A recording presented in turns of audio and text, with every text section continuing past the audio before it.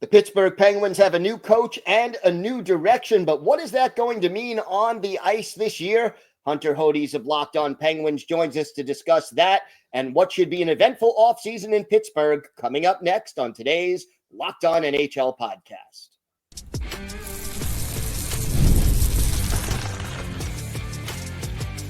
You're Locked On NHL, your daily podcast on the National Hockey League. Part of the Locked On Podcast Network, your team every day. Gil Martin here. Welcome, everybody, to the Monday edition of the Locked On NHL Podcast, part of the Locked On Podcast Network, your team every day.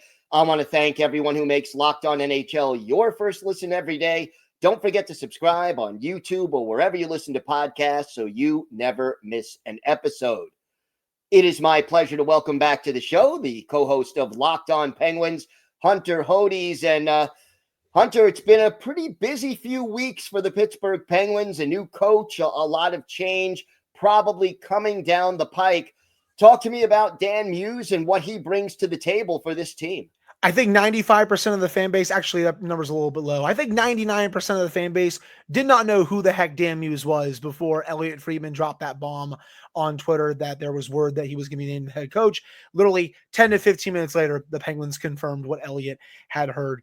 I had heard of him only a little bit, but after reading up a bit more on him after Elliot dropped that tweet and after we had our episode, the more I really like him. And he was introduced to the media last week, and I try not to overreact to these intro press conferences. Sure, you can win them, but the main stuff you want to see is on the ice when the games really matter. But I felt like he was very cool, very calm, collected. He seems like he's ready for this opportunity. Everything I've read about him says that he's always the first one there, last one to leave. He's been really good with development. I mean, he's coached some really good young players. Will Smith has had a lot of really good things to say about him. Gabe Perreault is the same thing. Ryan Leonard has had a lot of good things to say about him too. He's coached Rutger McGroarty. He actually answered a question about that after the intro press conference, saying how excited he is to get to work with Rutger McGroarty again after that he had his little tryout run to end the season with the Penguins. But I think he very much showed that he belongs in the NHL after the way he played with Sidney Crosby. He's also coach with Lane Hutson, Logan Cooley, etc. So his bread and butter is development with younger players. And the Penguins, they're going to be trying to bring up as many young players as possible, I think, heading into this season. We know that Rutger McGroarty is probably going to be on this team. Same with Ville Koivunen. They both looked the part at the end of last season. But Tristan Rose, he could potentially be up. Owen Pickering but could potentially be up full-time. We have to see if Harrison Brunick makes the team. And I'm sure they're going to make other moves this offseason that bring in younger talent that is NHL ready or that has already been established in the NHL. So again, that's his bread and butter, but I'm also excited to see what he can do with the veterans on this team. He's also spoke a lot about those, Crosby, Malkin, Letang, Russ, Carlson, at least for now. We have to see if he gets traded, but I really like the hire, especially as I've gotten to know him, at least reading about him, especially more these last 7 to 10 days. What is his approach? What style of hockey does he want to play once the puck is dropped? Yeah, so I think it's a lot of puck support and puck pressure. I think the Penguins will also try to be a bit more responsible in their own end. It kind of felt like the Penguins were getting away from a lot of the good plays in their own zone these last couple of years under Mike Sullivan, which never used to be the case. I think Dan Muse wants to bring that back, and especially with puck pressure, he's shown an ability to really change up some of his tactics when you go back and watch some of the tape with the U.S. development program. And even before that, even when his teams were trailing, he would change a few things up and it would lead to some comebacks. And that's something that, Mike Sullivan, at least towards the end of his tenure, didn't really do as much. It would just be, his system, 0 to 100. He wouldn't make some tactical adjustments, especially these last couple of seasons. I think with Dan Muse, you might see that here. And I'm excited about that because this franchise has really needed some fresh, new, innovative ideas for these last couple of seasons, just because I felt like Mike Sullivan was getting a little bit stale here. And don't get me wrong, I think he's the best coach in franchise history, but every coach has an expiration date. And I think Mike had reached his here. So I'm excited to see what Dan Muse can do here with this team. But I think really puck support and puck pressure are the two biggest pillars of what he's going to try to bring for the Penguins here. You talked about this team trying to get younger. Let's start with the draft. What is the approach at the draft? Is there a player you think they have their eye on? I mean, but really best player available at number 11. There have been some rumors that they're trying to move up. I think it would only be for one player, Gil, and that is Porter Martone. Kyle Dubas really likes him. He should be going top 5. If I had my way, he would go top 4. I think he's one of the 4 best players in this draft. I think he is one of 4 players with Misa, Schaefer, and Higgins that could be NHL ready as soon as this season. I'm a really big fan of Martone.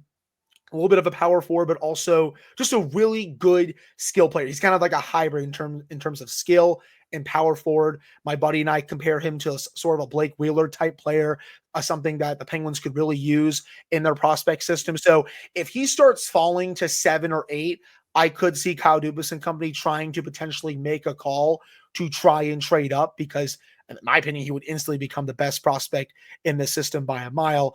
But that's someone who I think they have their eye on, especially if he drops. But outside of that, if he goes in the top 5, which I still expect, but you never really know, I think Victor Eklund makes a lot of sense. I know they met with him at the Combine. I think someone like Kayshawn Aitchison makes a lot of sense at number 11. I think potentially Ben Kindle, Cullen Potter. We can keep going down the list if you want. Brady Martin, of course. Jake O'Brien. I know that they like him a lot as well. So it's really best player ever available. And even though they dropped a couple of spots, I still think they're going to walk away with a fairly good prospect here. It's not going to be someone that's ready right away, probably, unless it's Porter Martone, but we still have to see on that. He might need another year, but it's still going to be someone that improves the system here. And we still have to see if they get the number 12 overall pick or if the Rangers defer it and send it to them next year. You mentioned possible trade rumors concerning Erik Karlsson. What is the approach and what would they be looking for in return if they were to trade him? Really a futures-based package if you can get, a second-round pick plus a prospect. Heck, even somehow if you can get 3 things in return, a roster player, a prospect, and a second, I would do that in a heartbeat. Heck, even a second plus a prospect, I think Kyle Dubas would probably do. Maybe he tries to squeeze out a first if they retain a little bit on Karlsson, but I think in a perfect world, they really don't want to do that. 2 years left on the contract. I think of the 3 players, him, Raquel, and Rust, he is probably the most likely to go. I will never fault the Penguins for trading for him. It was a worthy experiment and a worthy trade to make, but it just hasn't worked out. Sometimes that happens with trades, Gil. Like you think you're going to do great with this, but it doesn't work out. I still would make that trade 10 out of 10 times. It just didn't work out the way the Penguins wanted to. And you know what? That's okay. So I still think he's probably going to get dealt this summer. The bigger question is what happens with Raquel and Russ. I still think the Penguins are going to be fairly active though. What else are they looking to add? I mean, you talk about younger players, but at what position, what skill set, what are they looking to do? Honestly, like they could use another young forward or 2, or probably 3 to 4 in their top 9, their top 12. They really need a bona fide top pairing defenseman on the left side. They do not have that player on that roster right now. Marcus Pettersson, he got traded. Matt Grzelcyk, he's walking. The only player that I really trust on the left side going into this season is Owen Pickering. Ryan Graves, he hasn't been good in the 2 years. Ryan Shea, he kind of is what he is, a number 7 defenseman, but they don't have a bona fide top pairing guy to play on the left side going into next season. I think that is one of their biggest holes that they have to fill. I don't think you're going to fill that probably via free agency unless you're signing someone to a 1-year contract or something like that. But if you want to do it long-term, you're going to have to probably trade for someone. There's been rumors about Bowen Byram.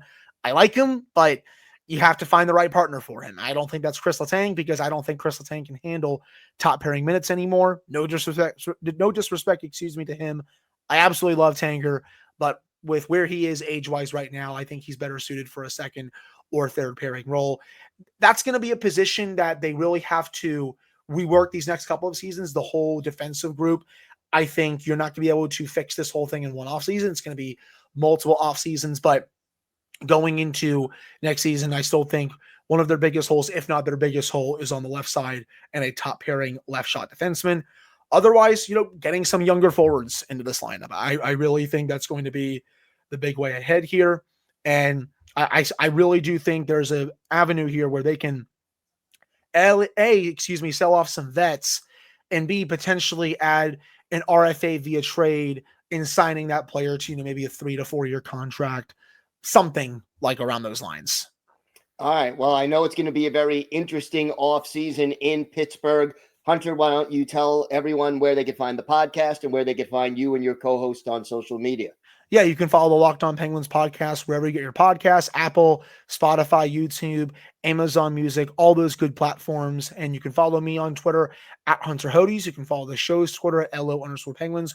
We now have Instagram. You can follow that at LockedOn_Penguins. And you can follow my co-host, Patrick Damp, at Synonym for Wet on all other social media platforms, Blue Sky, Instagram. He's not on Twitter, but he's on all the other platforms. All right, Hunter, thank you so much. Of course, thank you.